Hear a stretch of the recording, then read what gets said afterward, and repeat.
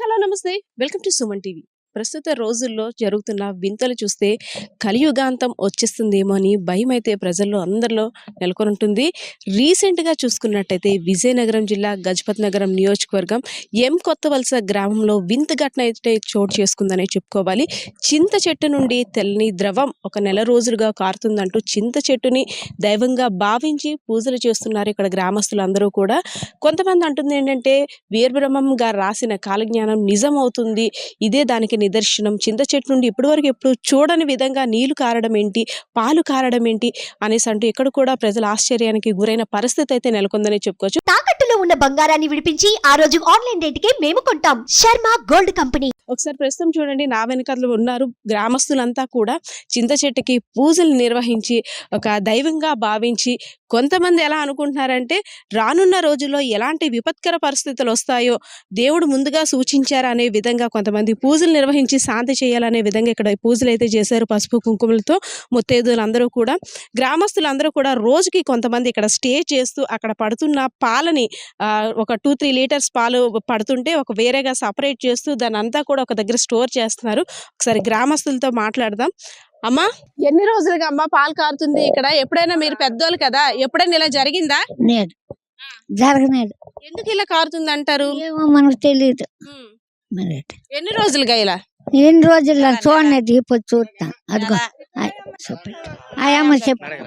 సరే, గ్రామస్తులంతా కూడాను ఈ వింత చూడడానికి రోజు కూడా తండోపతండోలుగా వస్తున్న పరిస్థితి. ఓకే, చూస్తున్నారుగా, ఏదైతే చింత చెట్టు నుండి ఆ వైట్ లిక్విడ్ అనేది వస్తుందో ప్రస్తుతం ఆ ప్రదేశం దగ్గర ఉన్నాము. ఒకసారి విజువల్లో చూడండి, పైనుండి అక్కడున్న కొమ్మ ద్వారా వాటర్ అయితే కావచ్చు, ఆ లిక్విడ్ అయితే అందులో పడుతుందని గ్రామస్తులంతా చెప్తున్నారు. రోజు కూడా 2-3 బకెట్స్ లిక్విడ్ అయితే అందులో పడుతుంది, సపరేట్ చేస్తున్నాము అని తెలియజేస్తున్నారు. అమ్మా, మీది ఏ ఊరమ్మా? అది కొత్తవలస. ఎన్ని సంవత్సరాలుగా ఇక్కడ ఉంటున్నారు? మేము ఇక్కడ ఉంటాను 40 సంవత్సరాలు చిల్లర పెట్టి.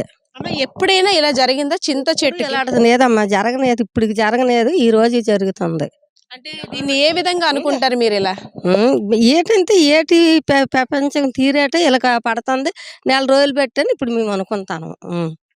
అమ్మ, అంటే ఆ చింత చెట్టు నుండి కారుతుంది కదా, కొంతమంది ఏమంటున్నారంటే అది చెట్టు ప్రభావం వల్ల చెట్టులో ఉండే నీరు వస్తుందని కొంతమంది అంటున్నారు. కొంతమంది లేదు, దేవుడు ఆజ్ఞది, దేవుడు అలా చేస్తున్నారు అనేసి అంటున్నారు. కొంతమంది ఏంటంటే కలియుగాంతం అనేసి అని అంటున్నారు. ఇప్పుడు మేము ఇప్పుడు అలాంటిదే జరగలేదమ్మా, ఇప్పుడు జరుగుతుంది కాబట్టి నీళ్ళు కాదు ఏటి మోచ్యమని మేము అనుకుంటాను అంతే. మరి ఇంకేటి. అమ్మ, మీ పేరమ్మా? సన్నసమ్మ. సన్యాసం గారు ఎన్ని సంవత్సరాలుగా ఉంటున్నారు ఈ కొత్తవలసలో? నెల. ఎప్పుడైనా ఇలాంటి ఘటన జరిగిందా అసలు? అంటే ఎన్ని రోజులుగా ఇలా జరుగుతుంది? జరగనిదండి ఇవి ఎలాంటిది. అయితే ఏమనుకుంటున్నారు అంటే ఈ జరుగుతున్న ఘటన గురించి? దేవుడు అనుకుంటాండ్రు కొందరు నీళ్ళు కోరుతుంది, పాలు కోరుతుంది కొందరు అంటారు. సార్, ఈ చింత చెట్టు నుండి ఈ పాలు కారుతున్నాయి అంటున్నారు. సాధారణంగా అయితే తాటి చెట్టు నుండి కళ్ళు చూసాము, ఈత చెట్టు నుండి చూస్తాం, కానీ చింత చెట్టు నుండి ఇలాగ పాలు కారడం ఒక వింతనే చెప్పుకోవాలి. దీన్ని ఏ విధంగా అనుకుంటున్నారు? ఇది విజయనగరం జిల్లా గజపతినగరం మండలం కొత్తవలస గ్రామంకి చెందిన చింత చెట్టులో పాలు కారడం అనేది ఇంతవరకు ఎన్నో చెట్లు చూసాము కానీ కారడం లేదు. మరి ఇది ఈరబ్రహ్మం గారు చెప్పినట్టుగా అనేక సంవత్సరాల కోసం ఈరబ్రహ్మం గారు 7 చెప్పారు. 7లో ఒకటి మాత్రం ఇప్పుడు జరిగి మన కళ్ళారా చూసాం. మరి ఈరబ్రహ్మం గారు ఒక కలియుగము అంతంలో ఇలాంటి చిత్రాలు వస్తాయని మేమందరము గ్రామస్తులే కాదు, ఈ చుట్టుపక్కల ప్రజలు కూడా అనుకుంటున్నాం.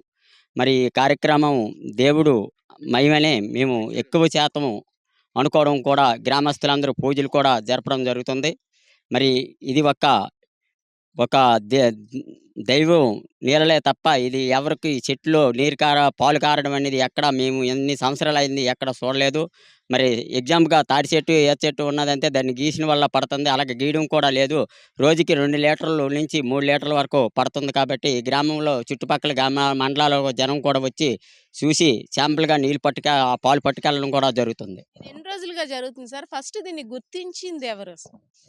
గుర్తించడం మేమంతా ఈ కాలం కాడ ఉంటే ఇప్పుడు అది కారుకొని పడుతుంది. గుడ్డేసి గోనె ఇదిగో తడిచిపోయింది. మరక తడితే 4 రోజులు కానీ చల్లగా కారుతుంది, ఎక్కువైంది. ఇప్పుడు అప్పుడు బుట్లు పడేది, అలా దారి పడుతుంది. ఇప్పుడు సార్ ఇప్పుడు దాన్ని ఎవరైనా టేస్ట్ చేశారా దాన్ని? చేసాం, చేసాం. నోట్లో వేస్తాను. ఎలా ఉంది దాని టేస్ట్? అది ఉప్పగా ఉప్పగా ఉంటుంది. ఉప్పగా పులుపుగా ఉంటుంది. పులుపుగా. కసస్తుంది. అంటే మీరు అంటున్నారు ఒక దైవంగా భావిస్తున్నాం, దైవ లీల అని మీరు అంటున్నారు.